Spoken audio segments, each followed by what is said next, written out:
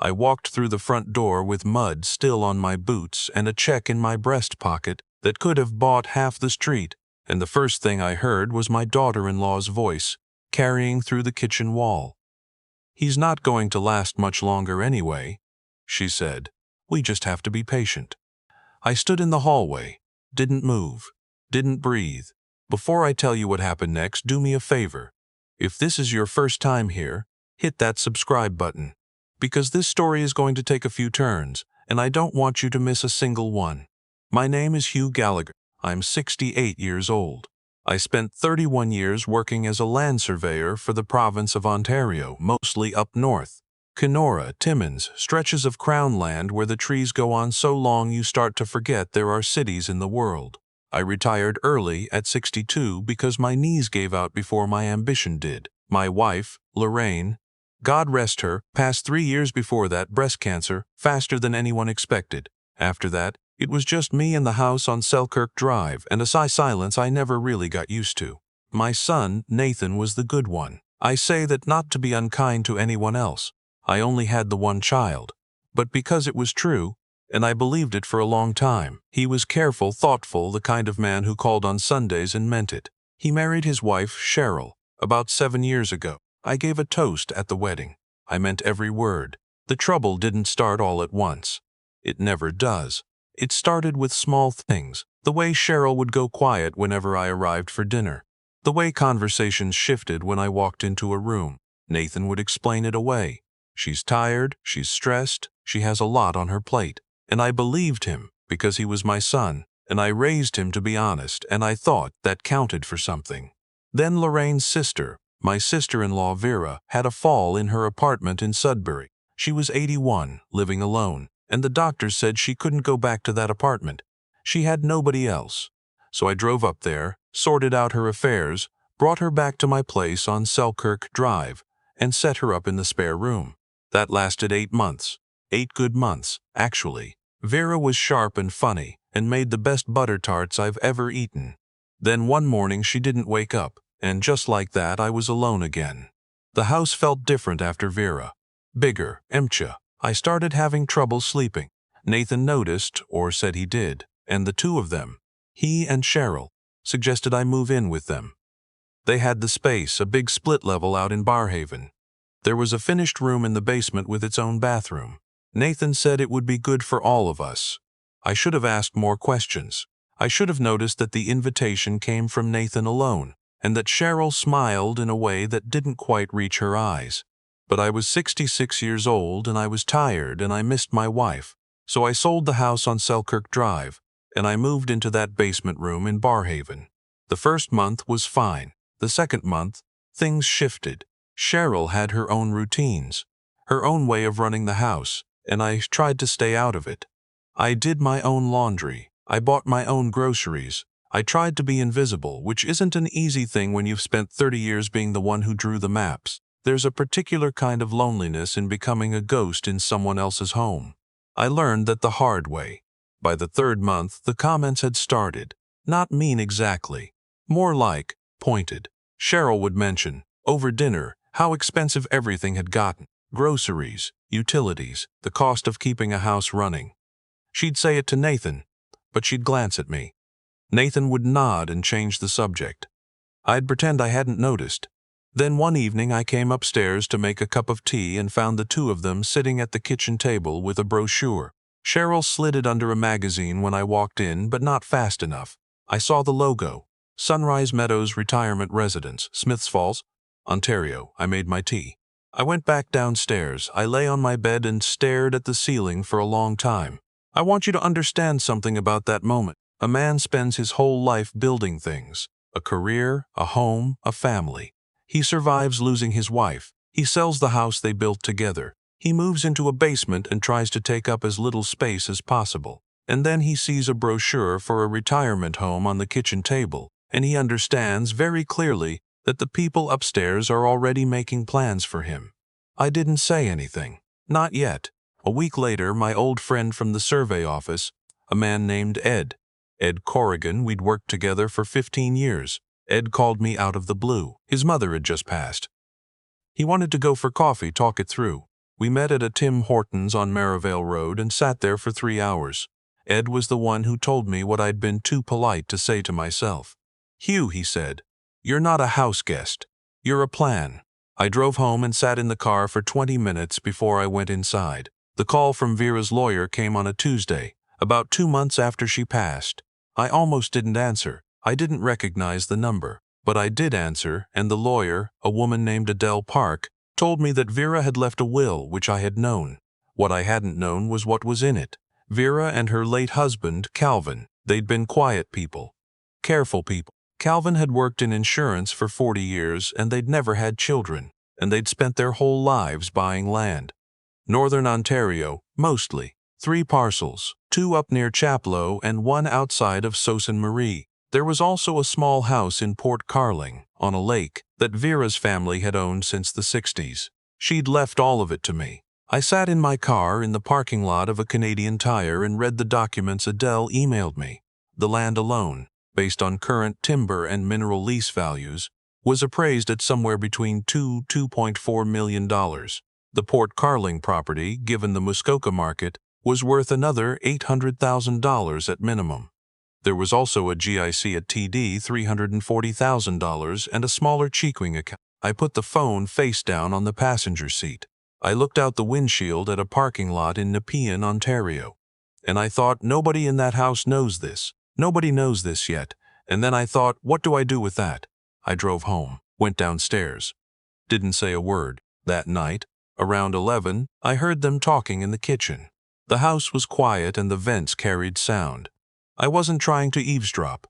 I was just lying in my bed, unable to sleep, and then I could hear them clearly. "The problem," Cheryl was saying, "is that if we move him to a facility, the province might claw back some of his OAS and CPP to cover the cost. We'd need to look at whether there's a way to get POA first, power of attorney." She said it the way you say a grocery list item. Nathan said something I couldn't hear. Cheryl said, "He's not going to last much longer anyway. We just have to be patient." I lay very still for a long time after that.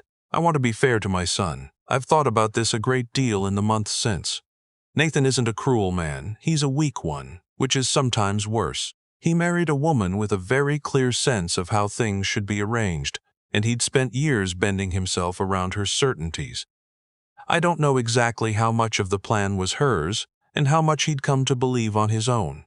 I'm not sure it matters. What matters is that I heard what I heard, and I understood what it meant, and I decided that night that I was not going to be patient. The next morning I called Adele Park and told her I wanted to move quickly. I also called Ed Corrigan, because Ed had been a trustee for his own mother's estate and knew how these things worked. Ed had a lawyer he trusted, a man named George Tamlin, out of the Glebe, who specialized in estate and property law. I met with George that week. I didn't tell Nathan or Cheryl I was going. George was the kind of lawyer who listened before he spoke. I told him everything. He didn't look surprised, which told me something about how common this is. He said, "The first thing we do is make sure everything is properly titled and that there are no pathways for anyone else to make a claim." We spent 2 weeks getting everything in order. The land in Chaplison's Soul was transferred into a trust. The Port Carling property we handled differently. I'll get to that. George helped me update my own will and set up a proper power of attorney, naming Ed and a cousin of mine in Guelph, a woman named Beverly. Not Nathan. Not Cheryl. Then I went to see the Port Carling house in person. I hadn't been there in years. Vera and Calvin used to invite Lorraine and me up for long weekends in July. The house was small, 3 bedrooms, a screened porch, a dock that needed new boards. It sat on a bay off Lake Rosso, spruce trees right down to the water. A loon called from somewhere across the lake while I stood on that dock. I sat on the dock for a long time. I thought about Lorraine. I thought about 30 years of driving north to survey land I'd never own, looking at the trees and the lakes and the rock and feeling something I couldn't name. I thought about a basement room in Barhaven and a brochure for a retirement residence in Smiths Falls. I thought, this is mine, I earned this. Not the money. I mean the right to decide what comes next. I called a property management company in Bracebridge.